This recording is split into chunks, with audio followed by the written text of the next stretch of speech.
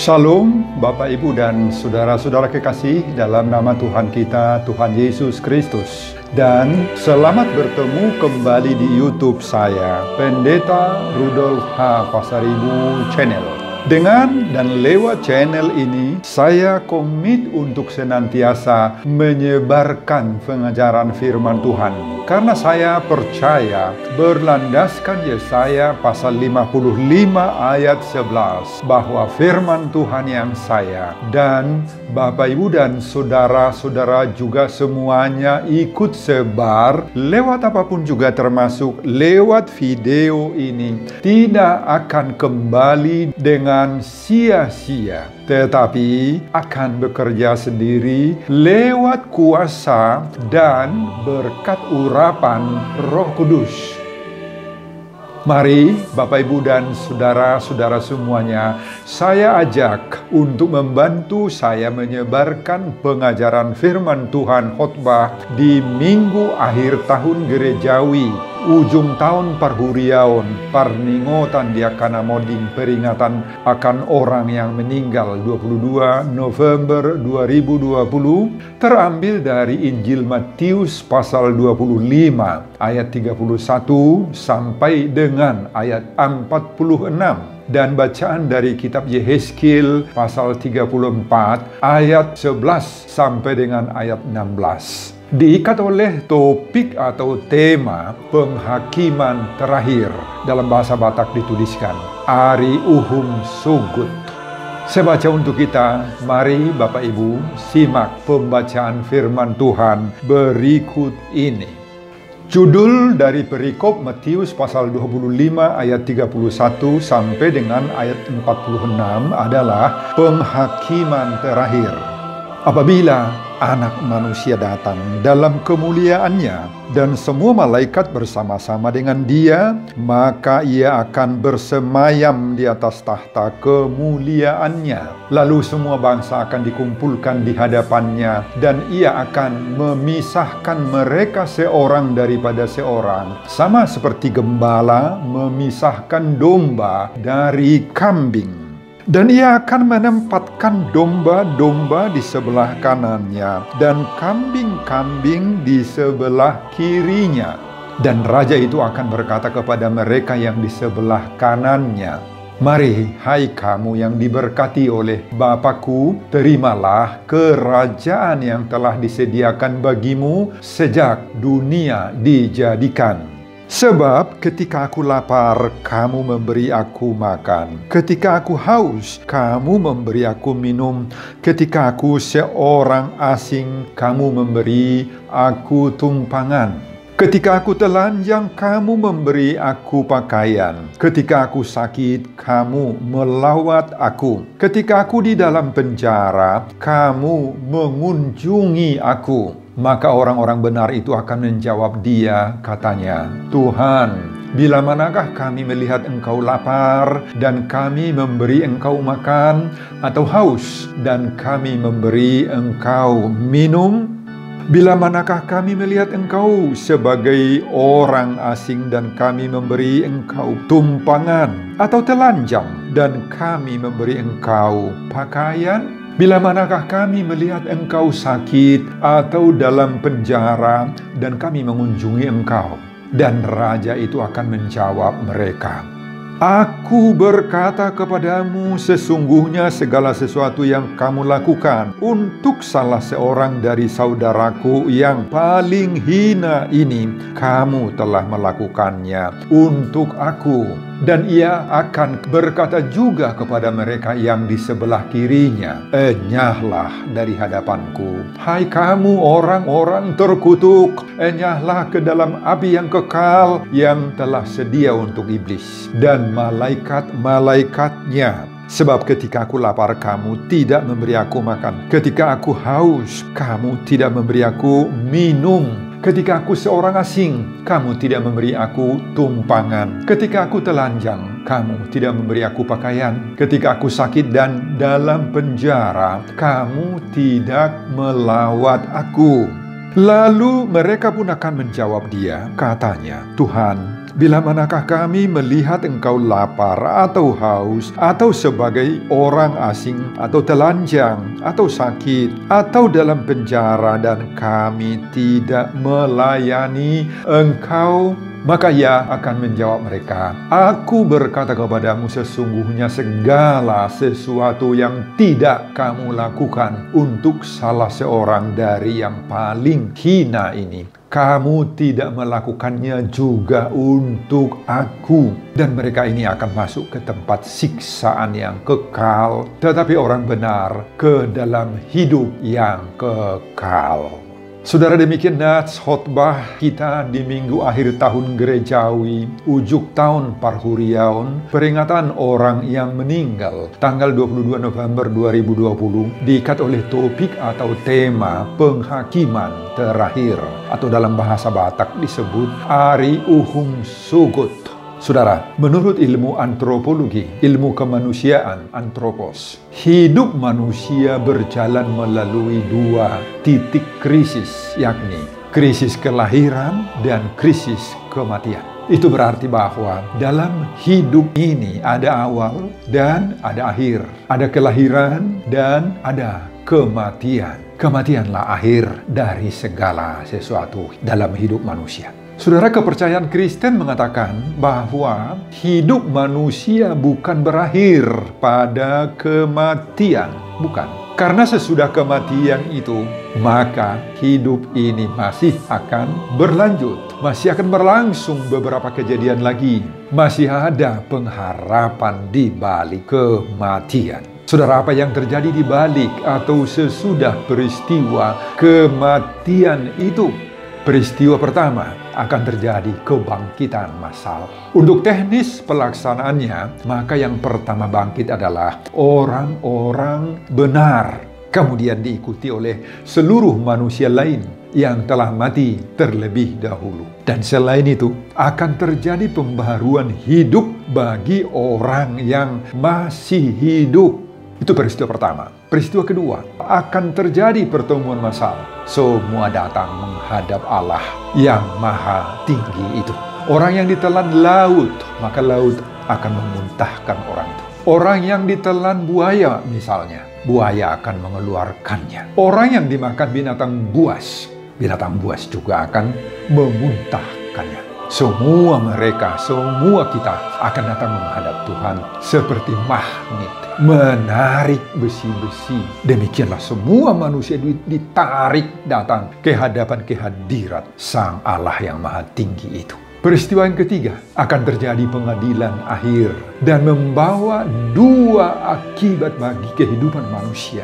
Akibat yang pertama, hukuman yang kekal untuk orang-orang berdosa yang tidak percaya kepada Tuhan Allah. Akibat yang kedua, diberikannya upah, hadiah, mahkota bagi orang-orang yang percaya. Saudara, nats khotbah kita ini menerangkan kejadian yang berlangsung pada peristiwa yang ketiga tadi, yaitu pengadilan akhir. Semua manusia yang telah dibangkitkan oleh Allah itu tadi diperhadapkan sekarang sebagai orang-orang terdakwa, terhukum, atau terpidana. Artinya apa? Semua manusia, tidak ada yang terkecuali, semua suku, semua marga, semua umur, semua bangsa ikut di sana. Dan menurut Wahyu pasal 20 ayat 11 sampai 15, sesudah manusia menghadap Raja di Raja, maka Allah akan membacakan kitab kehidupan. Buku Pustaha Hanguluan dalam bahasa Batak. Dan disinilah dicatat oleh Tuhan tentang kehidupan manusia seperti halnya buku daftar dosa dan rekaman perbuatan kita selama hidup, mulai dari saat kita lahir ke dalam dunia ini hingga mati. Ya, mungkin dapat digambarkan seperti yang kita kenal sekarang, seperti video yang berisi rekaman kehidupan. Allah membuka kembali rekaman video hidup kita yang berisi semua peristiwa-peristiwa yang pernah kita lakukan selama hidup kita. kita bisa melihat kembali gambaran hidup kita yang baik, gambaran hidup kita bahkan yang buruk. Kita bisa melihat kembali ketika kita sedang berbada, berkelahi, ketika main joker, main judi juga, ketika kita sedang tengge, mabuk, dan lain-lain. Saudara, semua perbuatan kita itu direkam oleh Tuhan di sorga. Tidak ada yang tersembunyi bagi Tuhan. Tidak ada yang terlewati. CCTV-nya Tuhan saat ini sedang merekam perbuatan-perbuatan kita pada saat tersembunyi atau terselubung bagi orang. Tetapi bagi Tuhan tidak ada yang terselubung. Tidak ada yang bisa ditutup-tutupi. Tidak ada sama sekali, Bapak Ibu. Dan setelah Tuhan selesai mengungkapkan data diri setiap manusia, maka akan terjadi pemisahan. Yakni dikatakan di sini seperti gembala memisahkan antara domba dari kambing.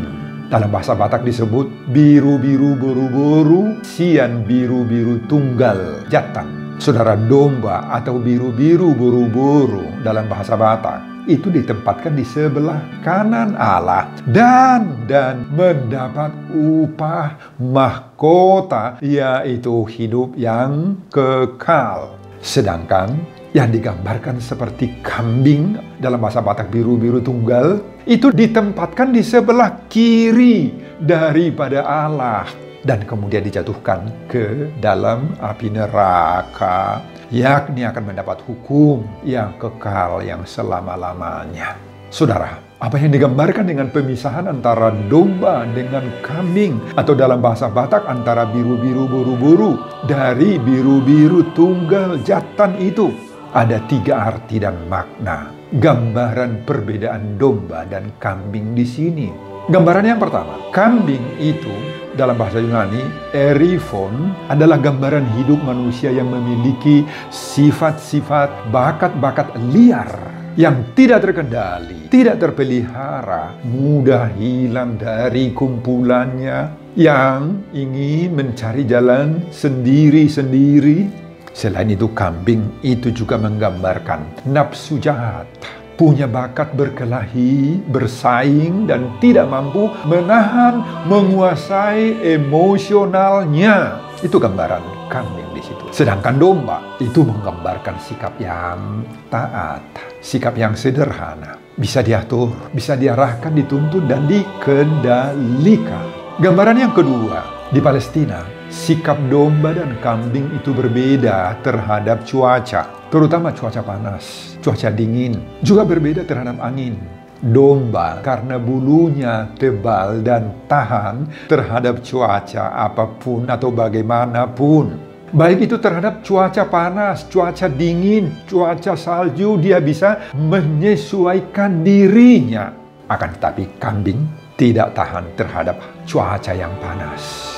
Kambing itu gambaran daripada kehidupan yang tidak tahan terhadap hari panas. Dia akan lari tunggang langgang. Dia akan lari jika hujan turun. Saudara, gambaran kambing itu adalah gambaran yang tidak tahan terhadap hari panas. Ini menggambarkan hidup manusia.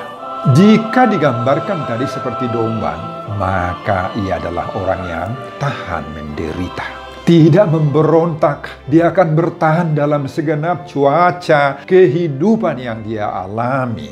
Dia akan selalu setia sampai akhir, setia sampai mati. Tidak akan terpengaruh akan cuaca kehidupan yang bagaimanapun. Dia tidak akan putus asa. Dia tidak akan meninggalkan Tuhan. Dia tidak akan memberontak dan bersungut-sungut kepada Tuhan. Dan itu sebabnya sekarang pada hari penghakiman ini, akhirnya dia dikaruniai oleh Allah mahkota kehidupan. Dia akan mendapat mahkota penghidupan, mahkota kehidupan, penghargaan daripada Tuhan, Bapak Ibu. Bandingkan dengan Yesaya pasal 53 ayat 7. Di sana dituliskan, seperti anak domba yang dibawa ke pembantaian, seperti induk domba yang keluh di depan orang-orang yang menggunting bulunya, ia tidak membuka mulutnya. Sabam doibanya, tenang doibanya, tidak memberontak. Gambaran yang ketiga, dari sudut ekonomis, domba banyak hasilnya, yakni ada dari dagingnya, Ada dari bulunya bisa dijual menjadi kain wol yang sangat-sangat mahal. Ada dari susunya yang dibutuhkan oleh semua orang. Sedangkan kambing pada umumnya hanya dagingnya yang bisa dijual. Saudara, ini menggambarkan bahwa orang benar itu di hadapan Tuhan dapat dipakai oleh Tuhan dalam banyak hal. Orang benar itu adalah orang yang multiguna, multifungsi di hadapan Allah. Oleh karena itu saudara-saudara, marilah kita menempatkan diri kita kelak menjadi orang yang berguna, yang berharga, orang yang multiguna, multifungsi di hadapan Tuhan. Sejak sekarang, sejak kita dapat berusaha semaksimal mungkin Bapak Ibu menjadi orang baik, kita harus mengusahakan diri kita menjadi orang yang multiguna dan multifungsi, agar di hari penghakiman kelak kita akan ditempatkan oleh Tuhan seperti domba di sisi atau di sebelah kanannya Allah, dan akan mendapat mahkota kehidupan.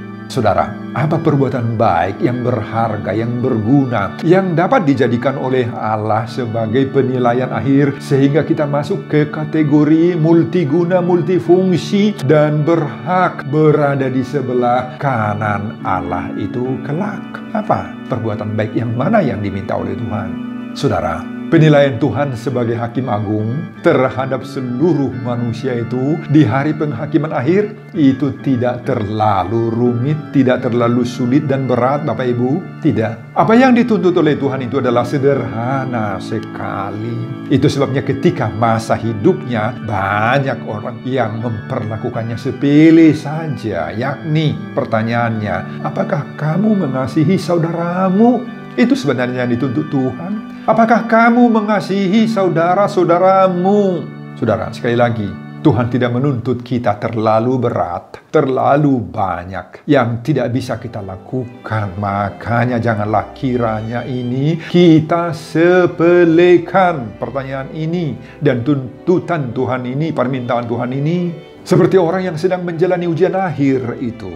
Tuhan tidak menguji kita dengan hal-hal yang belum pernah diajarkan oleh Tuhan kepada kita. Jadi, saudara, perbuatan baik yang dituntut Tuhan bagi kita di hari penghakiman akhir itu kelak adalah dalam wujud kasih kepada sesama. Panarihonon de akka napugos. Tuhan menagih dari kita hal-hal itu Bapak Ibu. Pelayanan, perhatian, panarihono de akka dongan lumubi akka nahurangan napugus naso mardiha-diha orang miskin yang memang itu dapat kita bantu.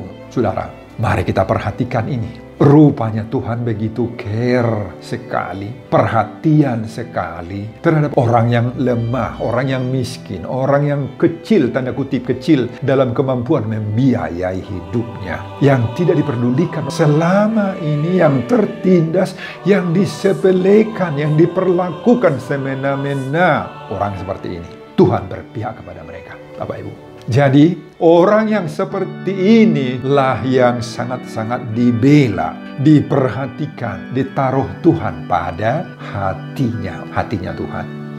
Saudara, apa yang dapat kita pelajari dari khotbah di minggu akhir tahun gerejawi, ujuk tahun parhuriaun, parningota dia karena moding peringatan akan orang yang meninggal ini, yang diikat oleh topik atau tema penghakiman terakhir? Ada beberapa. Pertama, kita diingatkan oleh Tuhan agar selalu tetap mempersiapkan diri kita menghadap masa penghakiman yang akan berlangsung di akhir zaman itu. Kita tidak boleh lengah, kita tidak boleh melupakan hal ini. Kita jangan lalai, kita jangan lalap mengejar kehidupan duniawi. Horna mengalului hepeng arta, lupa bahwa kita akan diperhadapkan pada sidang penghakiman surgawi. Jangan lupa itu. Yang kedua, kita harus siap sedia mempertanggungjawabkan seluruh hidup kita, seluruh pemberian Tuhan yang kita terima, seluruh bakat-bakat, talenta-talenta, dan kesanggupan-kesanggupan yang diberikan oleh Tuhan kepada kita. Pemberian Tuhan itu Bapak Ibu harus kita manfaatkan dan gunakan. Bagaimana caranya kita menggunakannya? Kita gunakan semuanya itu untuk hal-hal yang berkenan kepada kehendak Allah. Jangan kita gunakan itu hanya untuk pemuasan hawa nafsu, selera dagingnya saja, semata-mata saja. Nah, Bapak Ibu, semua itu akan kita pertanggungjawabkan. Ada Tuhan berikan uang, pertanggungjawabkan kepada Tuhan nanti. Ada talenta yang diberikan oleh Tuhan, pertanggungjawabkan juga. Dan berbagai-bagai lehon-lehon pemberian-pemberian Tuhan lain yang sudah kita terima, ini semuanya harus kita pertanggungjawabkan dengan benar, dengan baik di hadapan Tuhan. Jangan remeh tentang itu. Ketiga, sebagaimana pada ayat 40 Matius pasal 25 ini, inilah inti kehendak Tuhan yang harus kita lakukan. Apa? Aku berkata kepadamu, sesungguhnya segala sesuatu yang kamu lakukan untuk salah seorang dari saudara-saudaraku yang paling hina ini, kamu telah melakukannya untuk aku, kata Yesus. Saudara, inti daripada yang dituntut oleh Tuhan di hari penghakiman akhir itu adalah unang egois kita. Una kola diri tata sariho tapi kiri. Firman Tuhan ini menyadarkan kita akan realita kehidupan di tengah-tengah kita. Bahwa di tengah-tengah lingkungan kita masih banyak orang yang membutuhkan uluran tangan kita, perhatian kita, jamahan sentuhan, perhatian dan perbuatan kita, Bapak Ibu. Mereka itulah para saudara-saudara Yesus. Dan kita-kita ini, pendengar-pendengar khotbah ini sendirilah yang ditunggu-tunggu oleh Yesus untuk mau men-share kebaikan-kebaikan Allah yang sudah kita terima itu kepada saudara-saudara Yesus yang hina, yang miskin, yang sangat-sangat membutuhkan tadi.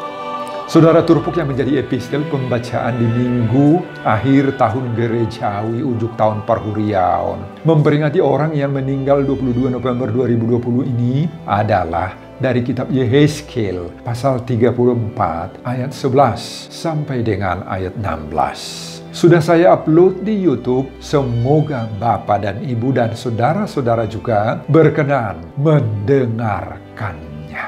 Sebelum saya mengakhiri khotbah ini, Bapak Ibu, kembali saya mengajak Bapak Ibu dan saudara-saudara untuk membantu saya menyebarkan firman Tuhan khotbah di minggu akhir tahun gerejawi peringatan orang yang meninggal 22 November 2020 ini dari Injil Matius pasal 25 ayat 31 sampai dengan ayat 46 ini, agar semakin banyak orang yang bersiap-siap menghadapi penghakiman terakhir, termotivasi lewat video ini. Tonton juga video-video khotbah saya yang lain agar Bapak Ibu dan saudara-saudara memiliki sentuhan dan pemahaman rohani yang semakin diperkaya. Buka di YouTube saya, Pendeta Rudolf H. Pasaribu Channel. Selamat mengikuti ibadah minggu baik di gereja ataupun di rumah kita masing-masing buat kita semuanya. Tuhan Yesus memberkati kita. Salam Horas. Amin. Bapa, terima kasih untuk firman-Mu yang sudah saya rekam. Terpujilah nama-Mu Tuhan, berkatilah video rekaman ini, khotbah ini. Berkati para pendengar yang mau belajar dari firman Tuhan. Dan berkati hamba-Mu untuk persiapan-persiapan khotbah berikutnya. Dan semuanya itu untuk kemuliaan kebesaran nama Tuhan. Terpujilah nama-Mu. Di dalam nama Yesus Kristus saya berdoa. Amin.